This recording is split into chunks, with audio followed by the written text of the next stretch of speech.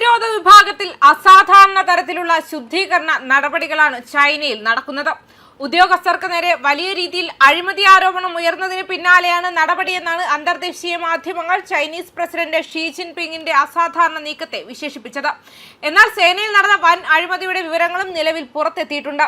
Chinese ആണവ മിസൈലിൽ ഇന്ധനത്തിന് പകരം വെള്ളം നിറയ്ക്കുന്ന തലത്തിലേക്ക് അഴിമതിയായതിന് പിന്നാലെയാണ് ഷീ ജിൻപിങ് കർശന നടപടികൾ സ്വീകരിച്ചതെന്നാണ് അമേരിക്കൻ ഇന്റലിജൻസ് റിപ്പോർട്ടുകളുടെ അടിസ്ഥാനത്തിൽ അന്താരാഷ്ട്ര മാധ്യമങ്ങൾ റിപ്പോർട്ട് ചെയ്യുന്നത്.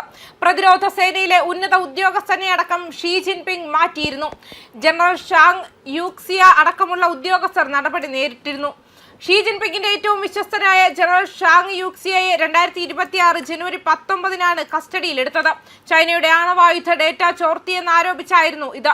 സ്ഥാനക്കയറ്റത്തിനായി കൈക്കൂലി നൽകിയെന്നും പീപ്പിൾ ലിബറേഷൻ ആർമിയുടെ ചെറുത്തുനിൽപ്പിനെ ദുർബലപ്പെടുത്തിയെന്നതുമടക്കം ഗുരുതര ആരോപണങ്ങളാണ് ജനറൽ ഷാങ് യൂക്സിയ നേരിടുന്നത്.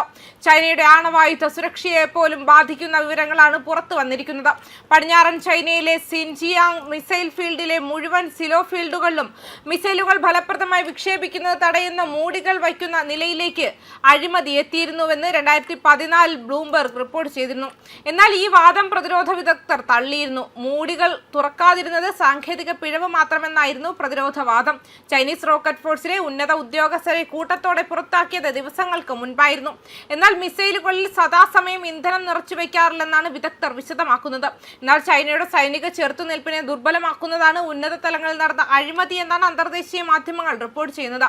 ചൈനയുടെ പ്രതിരോധ ശേഷിയെ തകർക്കുന്ന അഴിമതിയെ വേരോടെ പിഴുതെറിയാനുള്ള നടപടികളാണ് ചൈനീസ് പ്രസിഡന്റ് ഷീ ജിൻപിങ് നിലവിൽ സ്വീകരിക്കുന്നതെന്നാണ് റിപ്പോർട്ടുകൾ വിശദമാക്കുന്നത്. എന്നാൽ വ്യാപകമായുള്ള ശുദ്ധീകരണത്തിലൂടെ ഷീ ജിൻപിങ്ങിനെ ദുർബലപ്പെടുത്തിയിട്ടില്ലെന്ന് US ഇന്റലിജൻസ് വിലയിരുത്തിയതായി ആളുകൾ പറഞ്ഞു. പകരം മുതിർന്ന നേതാക്കളെ പുറത്താക്കാനുള്ള അദ്ദേഹത്തിന്റെ തീരുമാനം കമ്മ്യൂണിസ്റ്റ് പാർട്ടിയിൽ അദ്ദേഹത്തിന്റെ സ്വാധീനം ഉറച്ചു നിൽക്കുന്നുവെന്നും സൂചിപ്പിക്കുന്നു.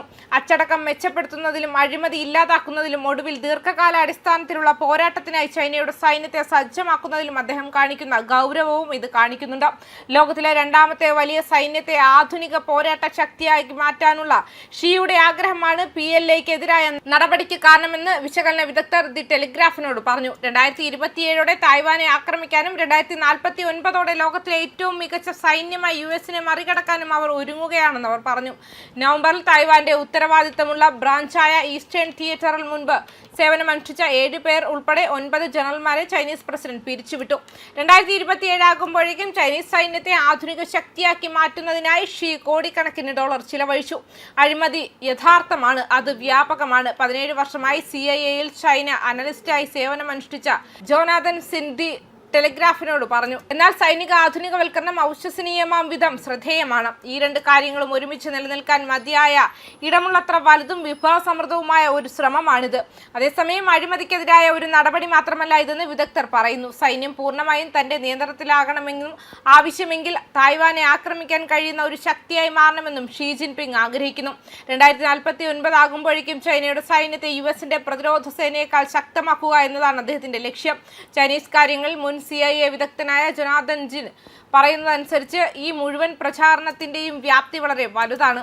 ഒരു വശത്ത് അഴിമതി സൈന്യത്തെ ദുർബലപ്പെടുത്തുമ്പോൾ മറുവശത്ത് തന്റെ രാഷ്ട്രീയ തന്ത്രപരമായ ലക്ഷ്യങ്ങൾക്കനുസരിച്ച് സൈന്യത്തെ വാർത്തെടുക്കാൻ ഷീ ജിൻപിങ് ഈ വിഷയം ഉപയോഗിക്കുന്നു. ന്യൂസ് ഡെസ്ക് കർമ്മ ന്യൂസ്.